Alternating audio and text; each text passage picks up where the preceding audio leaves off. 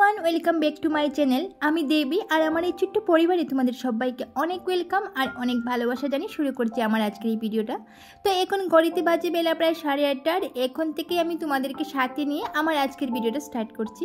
I hope আমার আজকের ভিডিওটা তোমাদের একটু হলেও ভালো লাগবে। তো ভিডিওটাতে তোমরা লাস্ট অবধি আমার সাথে থাকবে, আমার ভিডিওটা একটু ফুল ওয়াচ করবে। আর কে কোথা থেকে আমার ভিডিওটা দেখছো পারলে প্লিজ একটু কমেন্টে বলে দেবে। তো চলো তোমাদের সবাইকে সাথে নিয়ে আমার আজকের ভিডিওটা এখান থেকে স্টার্ট করি। আচ্ছা, আরেকটি কথা তোমাদেরকে বলি যে আমি না একদম সকাল থেকে যে রাত্র অবধি ব্লগটা আমি তোমাদের সাথে শেয়ার করতে পারি না। আর সেটা হয়তো তোমরা অনেকেই জানো যে কারণটা কি, কেন আমি একদম সকাল থেকে আর রাত্র অবধি পুরো ডেইলি ব্লগটা সকাল থেকে যে রাত্রে ঘুমানোর আগ পর্যন্ত যে কাজগুলো যে তোমাদের সাথে শেয়ার করব সেটা আমি পারি না। আর কেন জানো তো পারি না? তো তোমরা যারা আমার ব্লগ ভিডিওগুলো দেখো, আমার ডেইলি ব্লগগুলো যারা দেখো, তারা অনেকে নিশ্চয়ই জানো আর হয়তো অনেকে জানো না।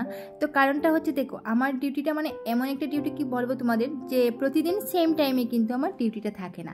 তো আমার ডিউটিটা যেহেতু শিফট ওয়াইজ, মর্নিং শিফট থাকে, ইভিনিং শিফট থাকে, আবার কখনো কখনো নাইট শিফটও থাকে। তো মর্নিং শিফট যখন থাকে তখন আমি কি করি, ওই বিকেলের দিক থেকে ভিডিওটা স্টার্ট করি বলতে পারো। আবার যেদিন থাকবে ওই ইভিনিং শিফট, তো ওই দিন কী করি, সকালের দিক থেকে যতটুকু পারি কাজগুলো তোমাদের সাথে শেয়ার করি। তো তাই বলে কি হয় বলো তো, একদম সকাল থেকে যে রাত্র অবধি যে কন্টিনিউ সব কিছু কাজ তোমাদের সাথে শেয়ার করব, সেটা আর আমার দ্বারা হয়ে ওঠে না আর কি। তো আমি যতটুকু পারি ডিউটি করে, তারপর কাজের ফাঁকে ফাঁকে যতটুকু কাজ পারি আর কি তোমাদের সাথে শেয়ার করি। তো তোমরা প্লিজ আমার ভিডিওটা দেখবে, লাস্ট অবধি ওয়াচ করবে। আর পারলে একটু কষ্ট করে ভিডিওটা যদি ভালো লাগে তাহলে একটা লাইক করে দেবে। আর কে কোথা থেকে দেখছো, ভিডিওটা কতদিন থেকে দেখছো, আমার ব্লগটা তোমাদের ভালো লাগে কি না পারলে একটু কমেন্টে বলে দেবে।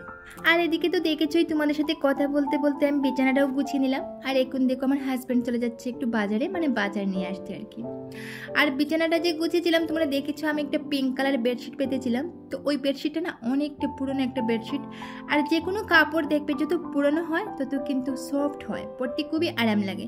ঠিক সেই রকমই বেডশিটটা অনেকবার কাচা হয়েছে তো, আর বারবার কেচে দিলে পরে কি হয় বলো তো, কাপড়টা খুবই নরম হয়ে যায়, খুবই সফট হয়ে যায়। তো ঠিক সেই রকম আমার বেডশিটটা এত সফট কি বলবো তোমাদের। তো বিছানায় যখন পেতে দিলাম, আর বিছানায় পাতার পর যখন তুমি শোবে না তখন খুবই গায়ে আরাম লাগে। আর যে কোনো নতুন বেডশিট বা একটু হার্ড বেডশিট হলে পরে কি মনে হয় জানো তো, যেমন গায়ে কেমন জলে জলে এরকম একটা ফিল হয় আর কি। তো এই যে বেডশিটটা আমি কেচে দিচ্ছি এবার। তো এটা তোমরা দেখেছো আমি কয়েকদিন আগেই অনলাইন থেকে নিয়েছিলাম, ফ্লিপকার্ট থেকে নিয়েছিলাম আর কি। আজ একটু নোংরা হয়ে গেছে বলে এটা চেঞ্জ করছি। নোংরাও নয়, কি বলো তো, ওই যে গরম দিনে বারবার গায়ের ঘাম লেগে যায়, তারপর কেমন কেমন যেন একটা লাগে আর কি। তো 2-3 দিন পর পর বেডশিট চেঞ্জ করতে হয় আর কি। তো চেঞ্জ করলাম আর কি, ওই পুরোনো বেডশিটটা পেতে দিলাম আর ওটা এবার কেচে দেবো। আর যেটা পুরোনো দেখতে পাচ্ছ ওটা কিন্তু পিঙ্ক কালারটা, খুবই সফট, খুবই আরাম লাগে। যখন শোবে না মনে হয় গায়ে যেন এতটাই আরাম লাগে। আর যেগুলো কাপড় আমি কেচে দেবো সেগুলো তো দেখলেই, বাথরুমে একটা বালতির মধ্যে আমি একটু সার্ফের জলে ভিজিয়ে রেখে এসেছি। আর এবার কি করলাম, আমি ওই বাসি নাইটিটা একটু চেঞ্জ করে নিলাম, গাটা ধুয়ে নাইটিটা একটু চেঞ্জ করে নিলাম। তারপর চুলটাও হালকা ছেড়ে নিলাম। আর এবার ঘরটা ঝাড় দিয়ে দিলাম। ঘরটা ঝাড় দিয়ে তারপর ওই কাপড়টা কেচে দেবো। আর কিছুক্ষণ ওই সার্ফের জলে ভিজিয়ে রাখলে পরে কী হয় জানো তো, ময়লাগুলো তাড়াতাড়ি কেটে যাবে, তখন আর তোমাকে বেশিক্ষণ ওই কাচতে হবে না। তাড়াতাড়ি একটু কেচে তারপর ওই ধুয়ে দিলেই পরিষ্কার হয়ে যাবে আর কি। তো তাই কিছুক্ষণের জন্য আমি ওগুলো জলে ভিজিয়ে রাখলাম আর কি, সার্ফের জলে। আর এবার ঘরটা ভালো করে ঝাড় দিয়ে দিলাম। আর দেখো বাইরে কতটাই রৌদ্র উঠেছে, এত কড়া রৌদ্র কি বলবো তোমাদের, যেন ওই যে বাইরে গিয়ে যেন আমি ঝাড়টা যে দিচ্ছি বারান্দাটা, মনে হচ্ছে গাটা যেন একদম পুড়ে যাচ্ছে। তো তারপর ভাবলাম ওই যে পাপোশগুলো একটু রৌদ্রে দিয়ে আসি। আর জানো তো আমার যে বাথরুমের পাপোশ আর রান্নাঘরের পাপোশটা কিন্তু খুব বেশি বলতে পারো তাড়াতাড়ি ভিজে যায়, যেহেতু জল পড়ে তো তাড়াতাড়ি একটু ভিজে যায় আর কি। প্রতিদিন এটা রৌদ্রে দিতে হয়, মধ্যে মধ্যে ধুয়ে দেই, তারপরে আবার কখনো কখনো এমনিতে রৌদ্রে হালকা শুকিয়ে তারপরে আনি। আর এদিকে দেখো সকালের জলটা আমি খেয়ে নিলাম, ওই যে চিয়া সিডস যেটা আমি খাই, তোমরা অনেকেই জানো, মোটামুটি 3-4 গ্লাস মতো জল আমি খাই। আর চিয়া সিডস যে গ্লাসে ভেজানো থাকে আর কি, সেটা 1 গ্লাস, বলতে পারো প্রায় 1 লিটার থেকে উপরে আমি জল প্রতিদিন সকালে খাই আর কি। তবে সেটা খেতে আমার যে বলবো তোমাদেরকে ভালো লাগে তেমনটাও নয় আর কি, এতটা ভালো লাগে না। এত সকাল সকাল খালি পেটে জল খেতে কার ভালো লাগে বলো, তবুও খাই কেন জানো তো, ওই যে নিজেকে একটু ঠিক রাখার জন্য, ঠিক বলতে ওই যে একটু ফিট রাখার জন্য, একটু সুস্থ সবল রাখার জন্য আর কি খাই। তো এদিকে দেখো কথা বলতে বলতে আমার কাপড়টাও কাচা হয়ে গেছে। এবার এগুলোকে চলো রৌদ্রে দিয়ে আসি। তো দেখো আমি তো কাপড়গুলো রৌদ্রে দিতে এসেছি, বাট রৌদ্রে না দিয়ে কেন আমি ছায়ায় দিলাম বলো তো? কারণ হচ্ছে আজকে রৌদ্রের যে তেজ, যদি আমি এই রৌদ্রের মধ্যে বেডশিটটা দেই তাহলে কিন্তু খুব তাড়াতাড়ি কালারটা বলতে পারো পুড়ে যাবে আর কি। তো তাই বলে আমি রৌদ্রে না দিয়ে ওই ছায়ার মধ্যেই দিয়ে দিলাম। তো হালকা হালকা হাওয়াও দিচ্ছি, আর বেডশিটগুলো এমনিতেই একটু পাতলা থাকে, তাড়াতাড়ি শুকিয়ে যায়, তাই বলে আমি রৌদ্রে না দিয়ে ওই ছায়ার মধ্যেই দিয়ে দিলাম। আর বিশেষ করে কটন কাপড়, তো কটনগুলো কী হয় বলো তো, মানে তাড়াতাড়ি একটু মানে রৌদ্রের আলো লাগলে পরে কী হয় চলে যায়।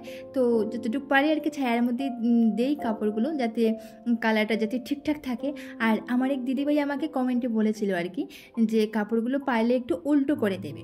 তো ব্যাপারটা আমি বুঝতে পেরেছি, হয়তো কাপড়ের কালারটা পুড়ে যাবে আর কি, তাই বলে বলেছিল। তো যতটুকু পারি আর কি কাপড়টা একটু উল্টো করেই দেই। আর এদিকে আমি বেডশিটটা দেখলেই তোমরা ছায়ার মধ্যে দিয়ে দিলাম।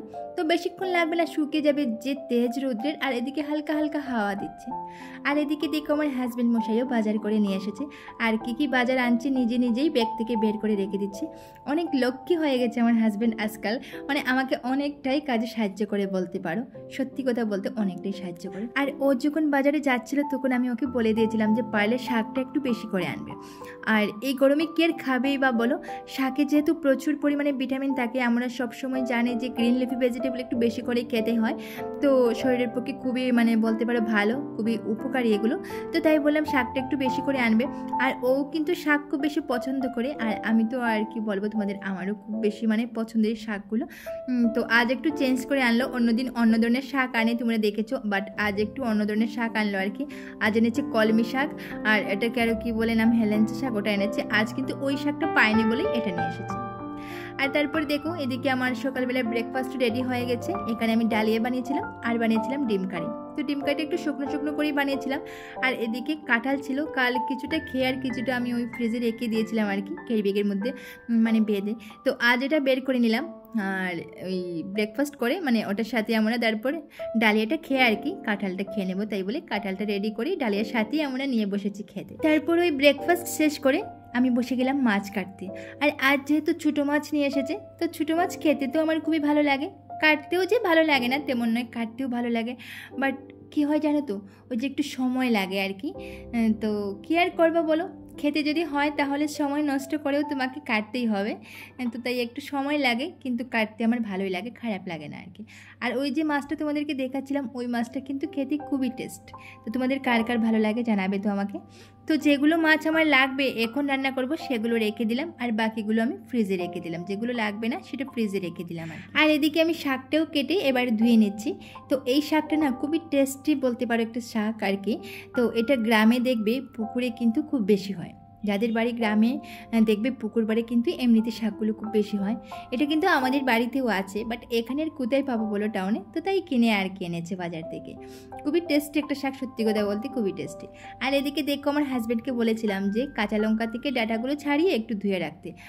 ডাঁটা তো ছাড়িয়েছে ঠিক আছে, বাট বলছে আমি ধুতে পারবো না, পারলে তুমি ধুয়ে রেখে দাও। তো শেষে কী আর করবো বলো, বললাম ঠিক আছে, কন্টেইনারটা দিয়ে বললাম যে ওটাতে তুমি রেখে দাও, শেষে আমি এটা ধুয়ে রাখবো ঠিকঠাক করে। ডাটাটা যে ছাড়িয়েছে এটাই বড় কথা, ও ভাবছে যে অনেকটাই কাজ করে নিয়েছে। আমিও বললাম ঠিক আছে আমি ধুয়ে রাখবো, তুমি শুধু কন্টেইনারটা বন্ধ করে একটু ফ্রিজে রেখে দাও, পরে আমি যখন সময় পাবো তখন ধুয়ে রেখে দেবো।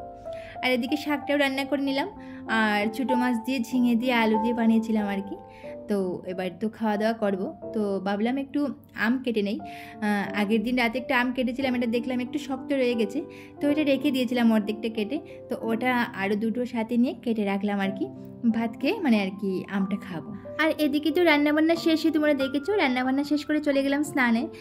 বাট স্নানে গিয়ে কিন্তু আজ আর মাথায় জল দিলাম না, শুধু গাটায় ধুয়ে আসলাম। কেন বলো তো, এতটাই গরম যে আমি চুলটা শুকাতে পারবো না, আর চুল যদি না শুকাই তাহলে চুলটা কেমন করে বেঁধে আমি ডিউটিতে যাব বলো, তাই বলে আজ আর মাথায় জল দিলাম না আর কি। আর এদিকে স্নানটা শেষ করে কাপড়টা রোদে দিয়ে এসে আমি ঠাকুর প্রণাম করে আবার চলে আসলাম রান্নাঘরে।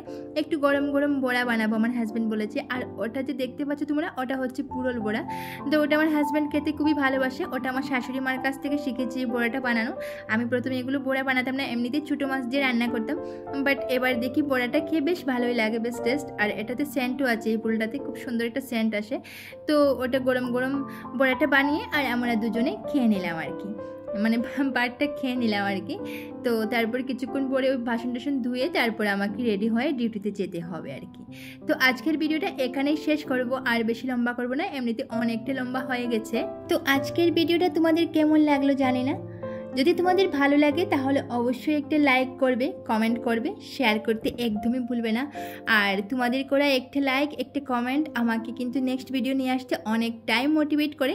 তো লাইক করতে কমেন্ট করতে কিন্তু একদমই ভুলবে না। তো আজকের মতো ভিডিওটা এখানেই এন্ড করছি, ফিরছি খুব তাড়াতাড়ি আরও একটা নতুন ভিডিওর সাথে। ততক্ষণে তোমরা সবাই খুব ভালো থাকো, সুস্থ থাকো, আর তোমাদের পরিবারের সকলকে নিয়ে ভালো থাকো, সকলকে ভালো রাখো। আজকের মতো তোমাদের সবাইকে টাটা।